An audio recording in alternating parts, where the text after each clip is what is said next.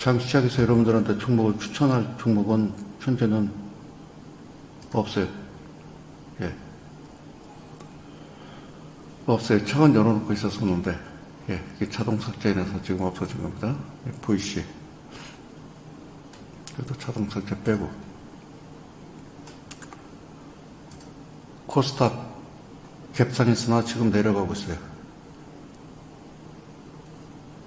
예. 한 번씩 이래요. 한 번씩 이러니까 그냥 여러분들 이해를 해주시고, 어제 미국장 한번 보자고요. 띵동 소리 나올 거니까. 어제 미국장은 그냥 강보합이었어요. 다우지수 0.28, S&P 500 지수 0.1, 나스닥 0.01. 왜 이런데요? 매도가 심하다, 과매도래요. 그래서 미국 증시가 5일 만에 상승한 거예요. 그래도 테슬라는 8% 밑으로 떨어졌죠. 테슬라가 왜 빠질까요?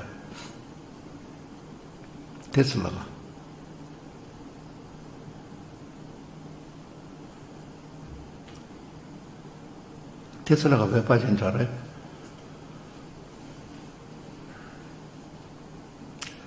자, 이거부터 보자고요. 일본은행, 중앙은행이 기습적인 금리 인상을 했어요.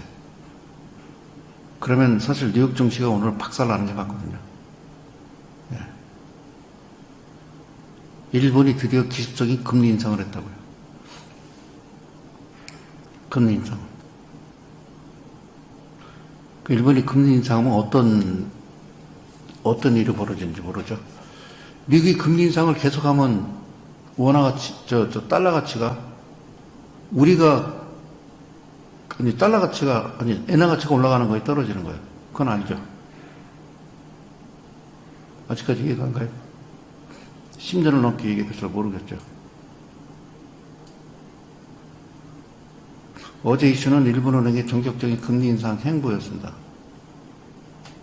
일본은행이 장기은행 목표치를 0% 수준으로 유지했지만 금리 변동폭을 종전 플러스 마이너스 0.25%에서 플러스 마이너스 0.5%로 변경한다고 발표를 했습니다. 그러니까 이번 결정을 사실상 금리 인상으로 받아들인 거죠. 예상치 못했던 움직임. 그래서 주식 선물 하락세 보였고, 그 일본 애들의 이런 움직임은 지난주 금리를 올린 유럽 중앙은행, 그 다음에 연준, 다른 중앙은행들과 함께 매파적 정책 압력을 가중시켰다. 이런 거죠. 유럽 중앙은행하고 연준의 매파적 행보로 시장이 이미 휘청거리고 있는 상황에서 일본은행의 움직임은 낮은 수준의 차입 비용을 유지하는 데 도움이 됐던 마지막 보루 중 하나를 제거한 거다라고 보면 돼요. 네. 계속 주가가 빠지면서 근 며칠간 내년 경기 침체에 대한 우려를 계속 얘기했어요.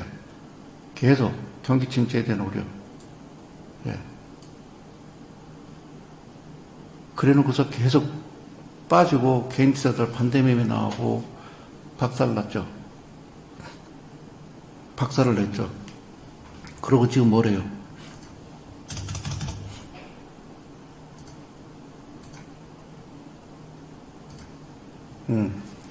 그래놓고 지금 뭐래요? 지금 미국의 뉴스가 또 뭐라고 나온 줄 알아요? 이제 대부분의 전 세계 중앙은행들이 내년에 금리 인상을 중단하거나 일부는 인하에 나설 것이다.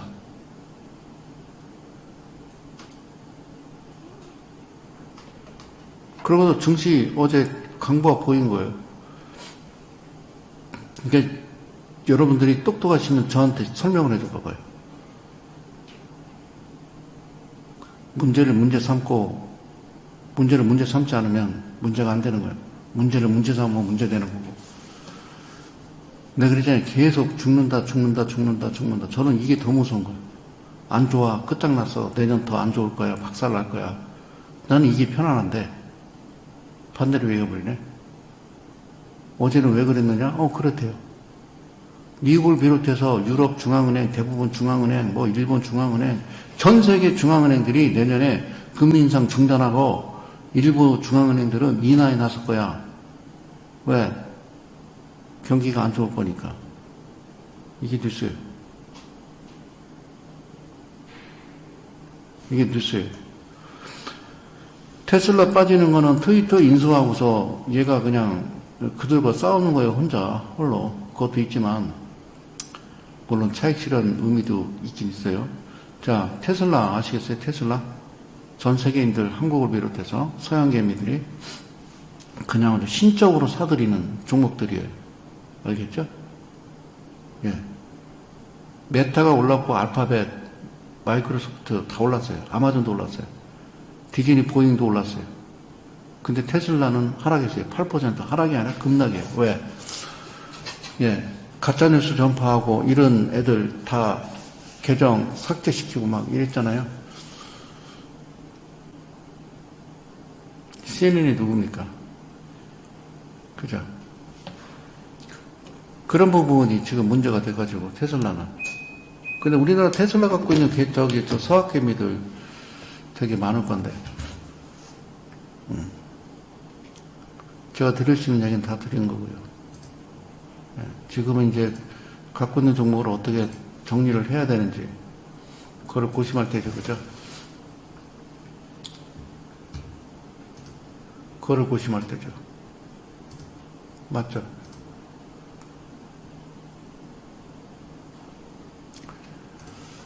보유하고 있는 종목들이 거래량 없이 흘러내릴 때, 그때 매수를 좀 해야죠. 최근에 이제 성복, 키다리 스튜디오, 거래량 35만 주. 너무 이쁜 거죠. 제 눈에는, 여러분들 눈에는 어떻게 보일지 모르겠지만, 제 눈에는 이거 너무 이쁘게 보여요. 예, 그래서 저는 키다리 스튜디오 추가 매수, 키다리 스튜디오 저는 추가 매수할 겁니다. 키다리 스튜디오 추가 매수할 겁니다. 여러분들도 하십시오. 저는 키다리 스튜디오 저는 추가 매수, 키다리 스튜디오 전 추가 매수합니다.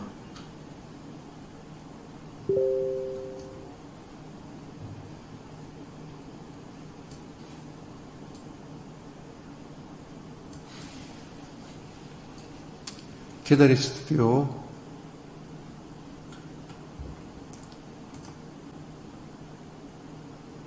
저는 지금 추가 매수 위치가 너무 좋아서 그 자리에서 저는 추가 매수 합니다. 키다리 스튜디오. 여러분들은 지금 시장이 안 보여요. 제가 얘기해 줄게요. 주식시장이 지금은 사는 사람도 파는 사람도 없는 이상한 시장이에요.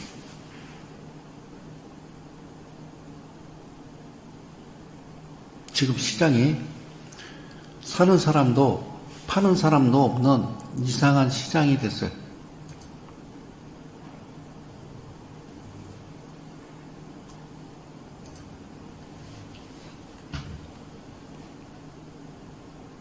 네. 지금 시장이 사는 사람도 파는 사람도 없는.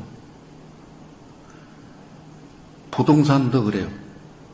부동산 사는 사람이 없어요. 그리고 또 파는 사람도 없어요. 이거를 경제학 박사들,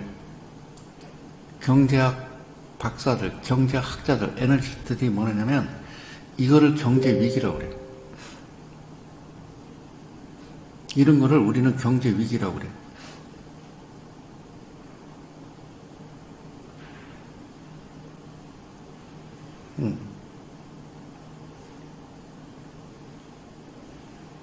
그리고 지금 계속 떠드는 거는 금리 인하 안 하겠다는 거죠.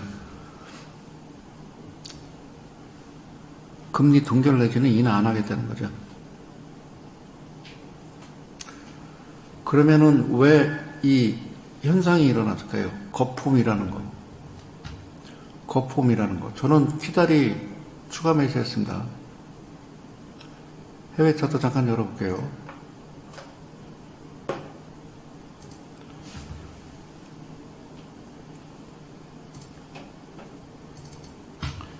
여기 동그라미 친 데가 이 동그라미 친 데, 여기가 2008년. 잡아. 여기. 밑에 거래량 표시되어 있는 이 자리. 그냥 계속 올랐어요. 그냥. 나스닥, 동그라미. 계속 올랐어요. 다우지수. 계속 올랐어요. 몇 년간. 2009년부터 2019년까지. 그냥 올랐어요. 그냥 10년간. 그냥 올랐어요. 그죠? 2008년 금융위기에 2009년을 기점으로 해서, 이거 보시라고요. 2009년을 기점으로 해서 2019년까지 그냥 올랐어요. 그냥. 2019년까지. 정확하죠. 그죠? 2019년까지. 그리고 2020년 때는 인위적으로 만들어버리죠. 팬데믹. 그리고 추가로 그냥 또, 돈을 풀었기 때문에. 꺾였다, 올리고. 자, 다시 그러고 꺾였다가 올리는 거죠. 2019년 거기 올렸던 고점 지점을 지지하고 지금 올라가고 있는 거예요. 이렇게. 오케이? 이렇게 만들어지고 있어요. 계속 이랬어요. 누가 그랬어요? 연준이. 자, 일본 니케이 좀 볼까요? 일본 니케이. 2008년 이후 2009년부터 쭉 같이 또 올랐죠. 똑같이 표시된 거예요. 팬데믹 이후에 떨어졌다가, 그쵸? 네. 이게 니케이. 그러면 여기서 궁금한 게, 우리도 보고 싶죠, 그죠? 우리도 보고 싶죠? 뭘 볼까요? 코스닥이 아니라 코스피를 좀 잠깐 봐야 되겠죠, 그죠? 코스피. 우리나라 증시가 얼마나 개판 쓰레기인지. 이거 2008년이에요. 2009년 살짝 올랐어요. 그리고 기나긴 횡보였어요. 박스피라고 그래서. 그죠? 박스피. 이명박 정부 때부터 시작해. 이명박 정부 때는 2008년 시작해가지고 이명박 정부 때는 좀 올랐죠. 그죠?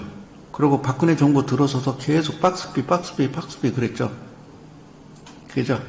그 다음 문재인 정부 들어서 살짝 오른쪽 하다가 그 다음에 개박살 났죠. 그죠? 팬데믹. 그러고 나서 3,316까지만 가고 끝난 거예요. 응? 우리나라는 뭐라고 그러냐면 이머징 마켓이라고 그러는 거야. 이머징 마켓. 그러니까 그들만 움직인 거예요. 그들만 움직이고 우리는 전혀 움직이지 않았던 거예요.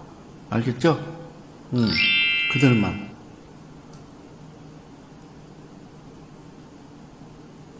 그들만 움직이고 우리는 안 움직인 거야.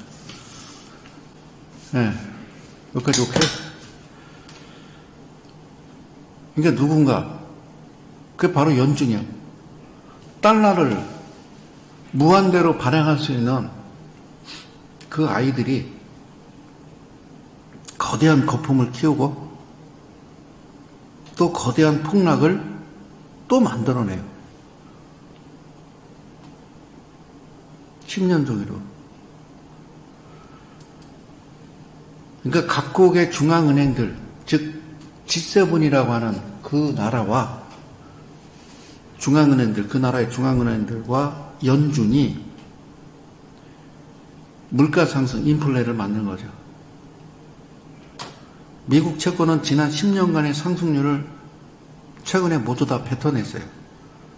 그리고 이머징 마켓이라고 하는 한국 같은 나라, 중국 같은 나라, 그런 나라는 전혀 상승하지 않아요.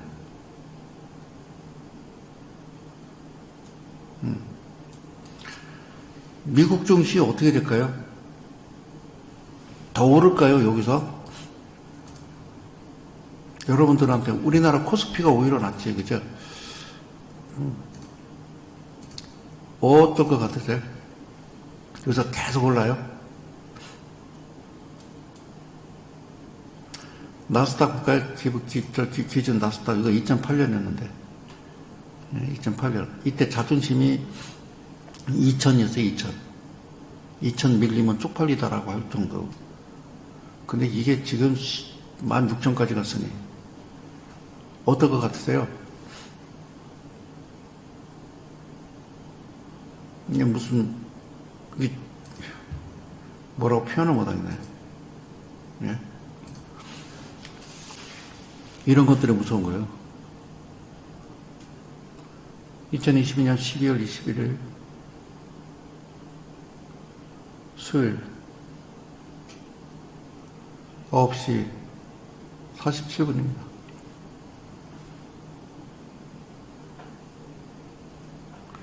양적 완화가 없는 미국 증시 과연 오를 수 있을까요?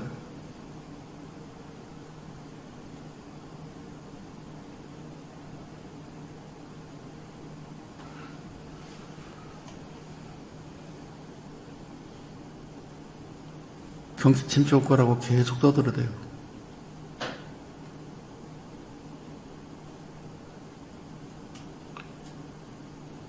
이번에 양적 완화 돈 풀기 위해서는 전에는 코로나 때문에 돈을 풀었잖아요. 지금도 코로나는 오고 있잖아요. 돈 안 풀잖아요. 마스크 벗고 돌아다니잖아요. 자, 그러면 이번에 미국이 돈을 풀 수 있는 방법은 아마 대공황 수준 아니면 돈 못 풀어요. 그래서 사람들이 야, 이번 경기 침체는 오래 갈 거야 라고 얘기하는 거예요. 예? 그러니까 사람들이 야, 예? 끝났어. 내년 전 세계 경기 침체가 오는데 되게 암흑일 거야. 막 이렇게 얘기하는 거죠. 응? 바닥은 어딘지 알아요? 지금처럼 사는 사람도 없고 파는 사람도 없고, 부동산 시장 사는 사람도 없고 파는 사람도 없고, 그 시장을 우리는 바닥이라고 그래요. 최근에 내가 그러잖아요. 거래량이 안 들어온다고. 내가 그래서 거래량이 안 들어온다고 말씀드리는 거예요. 여기까지 갔죠?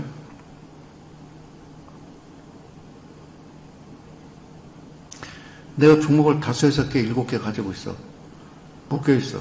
작년 7월 기점으로. 안 가. 그러면 에이 모르겠다. 그래서 덮어놓고 그냥 이 시장을 떠나버리지. 쳐다도 보기 싫은 거야. 꼴도 보기 싫은 거야. 꼴도 보기 싫은 거야. 오케이? 꼴도 보기 싫은 거야. 쳐다도 보기 싫은 거야. 응?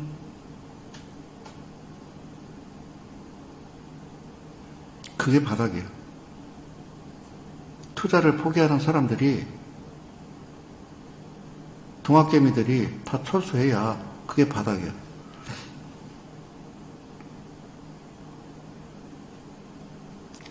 그래서 사람들은 그렇게 생각하죠. 달러가 내리면 주식이 들어 오른다라고 생각하죠.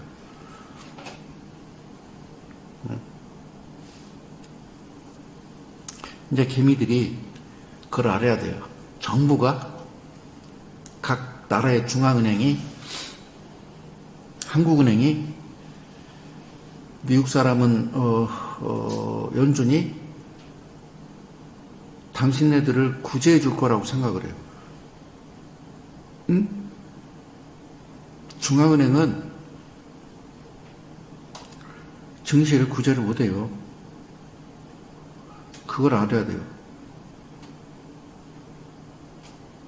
그들은 당신네들을 이용해서 돈을 다 따먹고 나머지 당신들만 그 안에 있는 거예요. 실업률 오를 겁니다.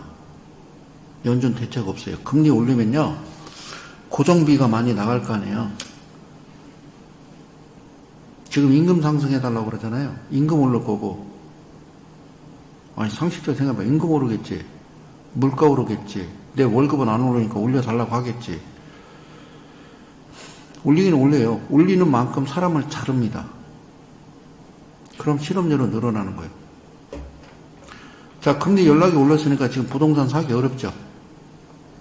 그니 더 웃긴 거 얘기해줘요? 예? 여러분, 집 짓는데 제일 먼저 필요한 게 무슨 시멘트, 모래도 중요하지만요. 목재가 가장 중요해, 목재.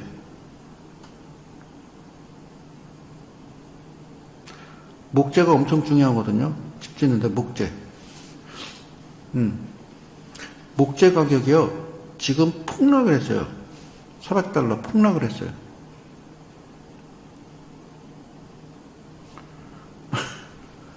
자재가, 원자재가 오른다며요.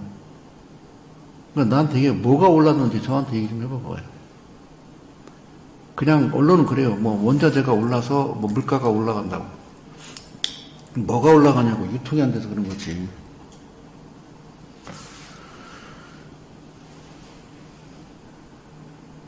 부동산 거래는 주로 언제 일어나냐면 되게 봄, 새학기 때. 그때만 일어나요. 그때.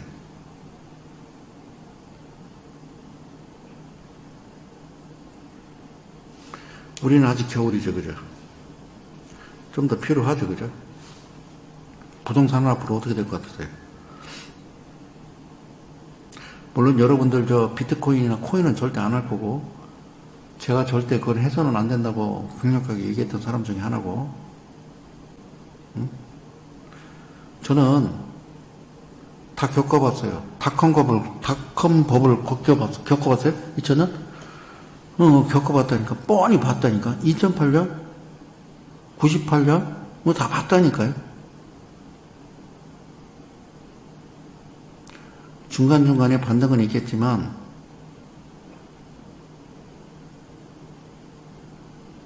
지금 현재 그림으로서는 답이 없어요.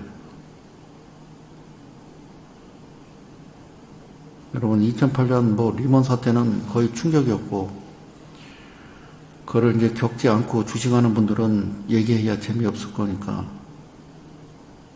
네.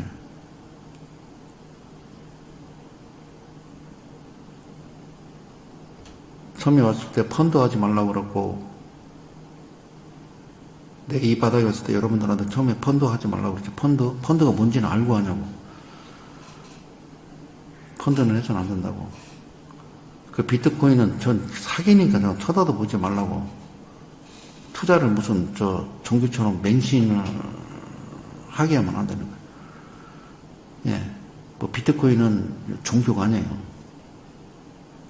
부동산도 종교가 아니고 주식도 종교가 아니야. 주식 테슬라, 애플, 우리나라는 삼성전자, 하이닉스 아주 맹신하듯이 그냥 아무 생각 없이 산다는 거죠. 그게 아니라고 논리적으로 얘기하면 그 말을 전혀 알아듣지 못한다는 거죠.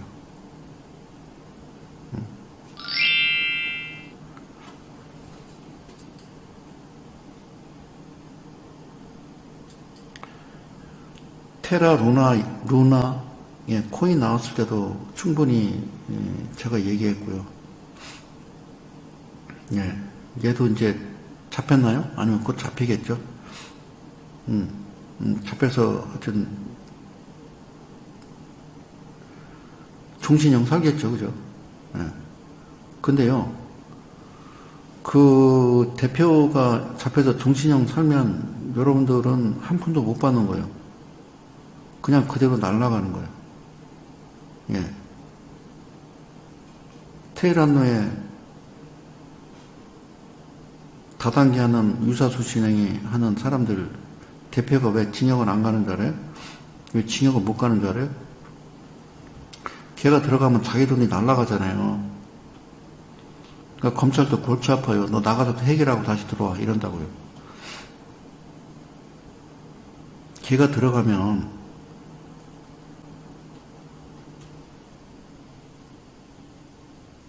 다 망가져 버리잖아요. 돈이 다 날아가잖아요. 똑같아요, 여러분. 지금 돌아가는 게.